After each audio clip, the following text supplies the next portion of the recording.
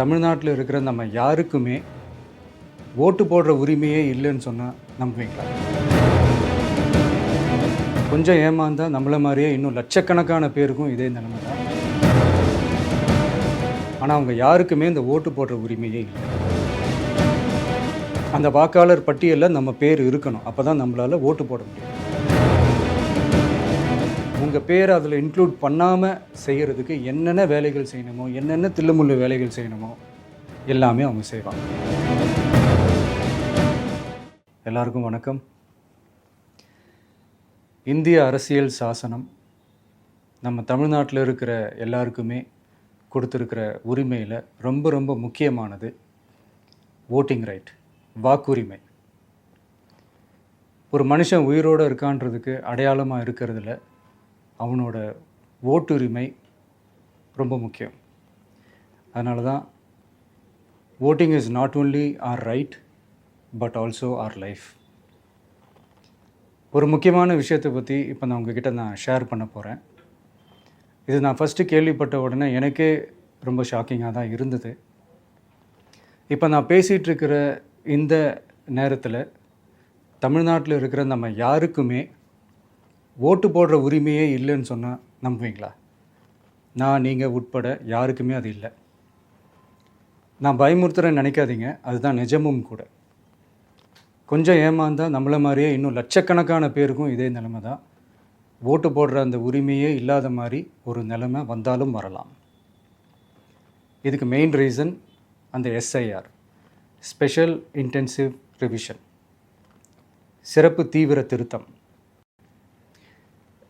இப்போது இந்த எஸ்ஐஆர் நம்ம தமிழ்நாட்டில் எப்படி ஒர்க் ஆக போகுது? கடந்த ஜனவரி மாதம் எடுத்த அந்த கணக்கெடுப்பில் 6,36,00,000 வாக்காளர்கள் நம்ம தமிழ்நாட்டில் இருக்கிறாங்க. ஆனால் அவங்க யாருக்குமே இந்த ஓட்டு போடுற உரிமையே இல்லை. அந்த பிஎல்ஓன்னு சொல்லுவாங்க, பூத் லெவல் ஆஃபீஸர்ஸ், வாக்குச்சாவடி நிலை அலுவலர். அவங்க தான் வீடு வீடாக போய் அந்த ஃபார்மை கொடுப்பாங்க. அதை நம்ம ஃபில்அப் பண்ணி கொடுக்கணும். அதை தேர்தல் ஆணையம் அதை எடுத்துகிட்டு போய் அதை ஸ்க்ரூட்டினைஸ் பண்ணி அது எல்லாமே கரெக்டாக இருக்கான்னு செக் பண்ணி பார்த்ததுக்கப்புறம் அந்த வாக்காளர் பட்டியலை வெளியிடுவாங்க. அந்த வாக்காளர் பட்டியலில் நம்ம பேர் இருக்கணும், அப்போ தான் நம்மளால் ஓட்டு போட முடியும். அந்த புது பட்டியல் வர்ற வரைக்கும் நம்ம வாக்காளர்களான்றது அது உறுதியே செய்ய முடியாது. இன்கேஸ் அந்த புது பட்டியலில் நம்ம பேர் இல்லைன்னா அது ஒரு தனி ப்ராசஸ், அது ஒரு தனி ஃபார்ம், அது ஒரு தனி கிளைம்ன்ற மாதிரி அது ஒரு வேறு வேலை. ஸோ இந்த மாதிரி நிறைய சிரமங்கள் குழப்பங்கள் இருக்கிறதுனால மக்களுக்கு இது மேலே ஒரு கன்ஃபியூஷன் ஒன்று இருக்குது. இது என்ன வெரிஃபிகேஷனா இல்லை ஒரு மறைமுக ரீரெஜிஸ்ட்ரேஷனா இல்லை இது ஒரு நியூ ரெஜிஸ்ட்ரேஷன் மாதிரியே தானா அப்படின்ற மாதிரி நிறைய கன்ஃபியூஷன் இருக்குது. அவங்க செய்ய வேண்டியதெல்லாம் ஒன்று தான். இந்த மாதிரி வீடு வீடாக போய் அந்த எனிமரேஷன் ஃபார்ம் நம்ம ஃபில்அப் பண்ணி கொடுக்கும்போது அதுக்கான அக்னாலேஜ்மெண்ட்டை அந்த பிஎல்ஓ அந்த ஆஃபீஸர்கிட்ட இருந்து நீங்கள் வாங்கிக்கணும். அது ரொம்ப ரொம்ப முக்கியம். இது நான் சொல்கிறது வாக்காளர் பட்டியலில் ஆல்ரெடி உங்கள் பேர் இருக்கிறவங்களுக்கு நான் சொல்கிறேன். இப்போ புது வாக்காளர்கள், ஃபஸ்ட் டைம் ஓட்டர்ஸ், அவங்களுக்கு ஃபார்ம் 6ன்னு ஒன்று இருக்குது. அதை நீங்கள் ஃபில்அப் பண்ணி நீங்கள் உங்கள் ஏரியாவில் இருக்கிற சம்மந்தப்பட்ட அந்த உங்கள் அலுவலகத்தில் நீங்கள் டைரெக்டாகவும் சப்மிட் பண்ணலாம், இல்லை நீங்கள் ஆன்லைன்லேயும் சப்மிட் பண்ணலாம். அப்படி ஆன்லைனில் நீங்கள் சப்மிட் பண்ணிங்கன்னா அதுக்கான ஸ்க்ரீன்ஷாட்டை எடுத்து வச்சுக்கோங்க. ஃபோனில் மெசேஜ் வரும், அதை சேவ் பண்ணி வச்சுக்கோங்க. அப்ராடில் இருக்கிறவங்க கூட அந்த எஸ்ஏஆர் ஃபார்மை டவுன்லோட் பண்ணி நீங்கள் அதை ஃபில்அப் பண்ணி சப்மிட் பண்ணலாம். அதுக்கான அக்னாலேஜ்மெண்ட்டை வாங்கி வச்சுக்கோங்க. ரொம்ப முக்கியமாக உங்களோட பிஎல்ஓ அந்த ஆஃபீஸர் யாருன்னு தெரிஞ்சு வச்சுக்கோங்க. இந்த தேர்தல் ஆணையம் அந்த வெப்சைட்டில் போனீங்கன்னா அந்த பர்டிகுலர் பிஎல்ஓ ஆஃபீஸரோட ஃபோன் நம்பர் கூட நீங்கள் எடுத்து வச்சுக்கலாம். இன்கேஸ் உங்களை யாரையும் ரீச் பண்ணலை இல்லை உங்களுக்கு அந்த ஃபார்ம் கிடைக்கல அப்படின்னா நீங்கள் அவரை காண்டாக்ட் பண்ணி அந்த ஃபார்மை வாங்கி நீங்கள் ஃபில்அப் பண்ணி நீங்கள் சப்மிட் பண்ணலாம். ரொம்ப முக்கியமாக அதுக்கான அக்னாலேஜ்மெண்ட்டை வாங்கி வச்சுக்கோங்க. இது எல்லாமே சரியாக செஞ்சாலும் இந்த எஸ்ஐஆர் மேலே சில டவுட்ஸ் இருக்குது. அது என்னென்னா, இந்த 6,36,00,000 வாக்காளர்களுக்கு ஒருத்தர் விடாமல் இந்த ஒரே மாதத்துக்குள்ளே எப்படி எல்லாருக்குமே அந்த ஃபார்ம் போய் ரீச் ஆகும்? ஒன்று. ரெண்டாவது, நீங்கள் வரும்போது வீட்டை பூட்டிட்டு வேலைக்கு போயிட்டு என்ன பண்ணுறது? இப்போ நீங்கள் வருவீங்கன்றதுக்காக வேலையெல்லாம் விட்டுட்டு வீட்டுக்குள்ளேயே உட்காந்துட்ருக்கணுமா? ஸோ இதில் மெயினாக பாதிக்கப்பட போகிறது உழைக்கிற மக்கள், ஏழைகள், வேலைக்கு போகிற பெண்கள்.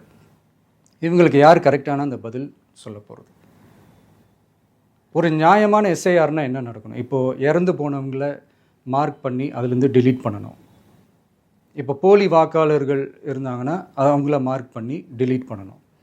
இப்போ ஆல்ரெடி ஓட்டு இருக்கிறவங்களுக்கு எதுக்கு இந்த ரெஜிஸ்ட்ரேஷன் என்ற பேரில் இவ்வளவு குழப்பங்கள் அப்படின்றது தான் இங்கே கேள்வி. இப்போ புதுசாக வர வாக்காளர்களையோ இல்லை ஓட்டு இல்லாதவங்களையோ சேர்த்தா பத்தாதா? இப்போ ரீசெண்டாக நடந்த இப்போ எலெக்ஷன் 2021, 24 எப்படி எல்லாருமே ஓட்டு போட்டோம்? அதில் ஓட்டு போட்டவங்க கூட இப்போ புதுசாக ரெஜிஸ்டர் பண்ணணுன்னா அது ஏன் அந்த கன்ஃபியூஷன் அப்படின்றத நாங்கள் கேட்குறோம். அதனால தான் நாங்கள் எஸ்ஐஆரை எதிர்க்கிறோம். இப்போ புதுசாக சில கம்ப்ளைண்ட்ஸ்லாம் வர ஆரம்பிக்குது. அது என்னென்னா முக்கியமாக நம்மளுடைய டிவிகே தோழர்களுக்கு அந்த ஃபார்ம் கிடைக்க மாட்டேங்குது, கொடுக்க மாட்டேன்றாங்க அப்படின்ற சில கம்ப்ளைண்ட்ஸ். இது யார் பண்ணுறாங்க அப்படின்றது நான் தான் சொல்லி தெரிய வேணும்னு ஒன்றும் அவசியம் இல்லை உங்களுக்கு. இப்போ இருக்கிற ஆட்சியாளர்கள் அவங்களுக்கு கைப்பாவையாக இருக்கக்கூடிய சில பேர் வந்து இதை செய்ய ஸ்டார்ட் பண்ணியிருக்கிறாங்க. அதனால் மைடியர் வர்ச்சுவல் வாரியர்ஸ், இதை வந்து சாதாரணமாக எடுத்துக்காதீங்க. இது எல்லாருக்குமே அந்த ஃபார்ம் போய் ரீச் ஆகணும். இதில் ரொம்ப உறுதியாக இருங்க. அதையும் மீறி உங்களுக்கு அந்த ஃபார்ம் கிடைக்கலன்னா இருக்கவே இருக்கும் ஆன்லைன். தேர்தல் ஆணையம் அந்த வெப்சைட்டில் போய் அந்த ஃபார்மை டவுன்லோட் பண்ணி நீங்கள் ஃபில்அப் பண்ணி சப்மிட் பண்ணலாம். உங்கள் வீட்டில் இருக்கிறவங்களுக்கு நீங்கள் செஞ்சு கொடுங்க, பக்கத்து வீட்டில் இருக்கிறவங்களுக்கு செஞ்சு கொடுங்க, தெரிஞ்சவங்களுக்கு, தெரியாதவங்களுக்கு, பழகினவங்களுக்கு, பழகாதவங்களுக்கு எல்லாருக்குமே நீங்கள் தயவு செஞ்சு கொடுங்க.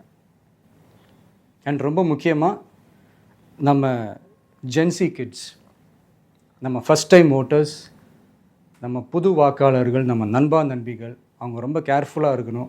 நான் ஆல்ரெடி சொன்ன மாதிரி உங்களுக்கான ஃபார்ம், அந்த ஃபார்ம் நம்பர் 6, அதை கரெக்டான டீட்டெயில்ஸோட கரெக்டான உங்கள் டாக்குமெண்ட்ஸை வச்சு அதை சப்மிட் பண்ணுங்கள். ஏன்னா வரப்போகிற தேர்தலில் நீங்கள் தான், அந்த ஜென்சி வாக்காளர்கள் தான் மிக முக்கியமான ஒரு ஃபோர்ஸ் அப்படின்றது எல்லாருக்குமே தெரிஞ்ச ஒரு விஷயம். அதனால் உங்களை டிஸ்டர்ப் பண்ணுறதுக்கு, உங்கள் பேரை அதில் இன்க்ளூட் பண்ணாமல் செய்கிறதுக்கு என்னென்ன வேலைகள் செய்யணுமோ, என்னென்ன தில்லுமுள்ளு வேலைகள் செய்யணுமோ எல்லாமே அவங்க செய்வாங்க. இது நமக்கு எல்லா திசையிலையும் எல்லா பிரச்சனைகள் கொடுத்துட்டு தானே இருக்கிறாங்க. அது டிஃபால்ட்டாக நடந்துட்டு தான் இருக்கும். அது ஒன்றும் பண்ண முடியாது.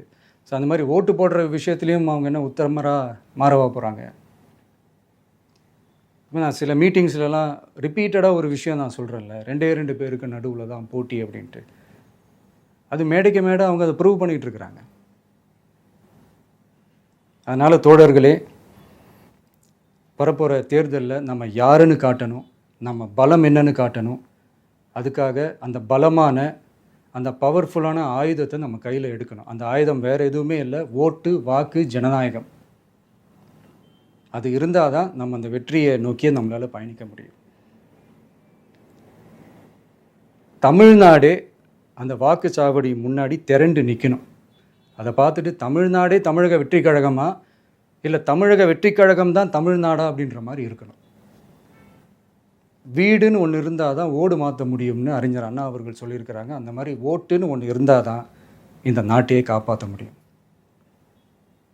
அப்புறம் இன்னொரு முக்கியமான விஷயம், அந்த எனிமரேஷன் ஃபார்ம் நீங்கள் ஆன்லைனில் நீங்கள் ஃபில்அப் பண்ணும்போது அதில் ஒரு சில ப்ராப்ளம்ஸ் வர்றதுக்கு வாய்ப்பு இருக்குது. அது உங்களுடைய ஓட்டர் ஐடியில் இருக்கிற உங்கள் பேரும், ஆதார் கார்டில் இருக்கிற பேரும், அந்த ஸ்பெல்லிங், இனிஷியல்ஸ் எல்லாமே ஒரே மாதிரி இருந்தால் தான் அது அக்செப்ட் ஆகும், இல்லைன்னா அக்செப்ட் ஆகாது. அது கொஞ்சம் கேர்ஃபுல்லாக பண்ணுங்கள். அது கொஞ்சம் யூசர் ஃப்ரெண்ட்லியாக இருக்கலாமேன்னு கேட்டதுக்கு அதெல்லாம் முடியாது, அதுக்கெல்லாம் வாய்ப்பு இல்லை, அதுக்கெல்லாம் ஆளுங்க இல்லை, பண்ண முடியாதுன்னு ரிப்ளை பண்ணிட்டாங்க.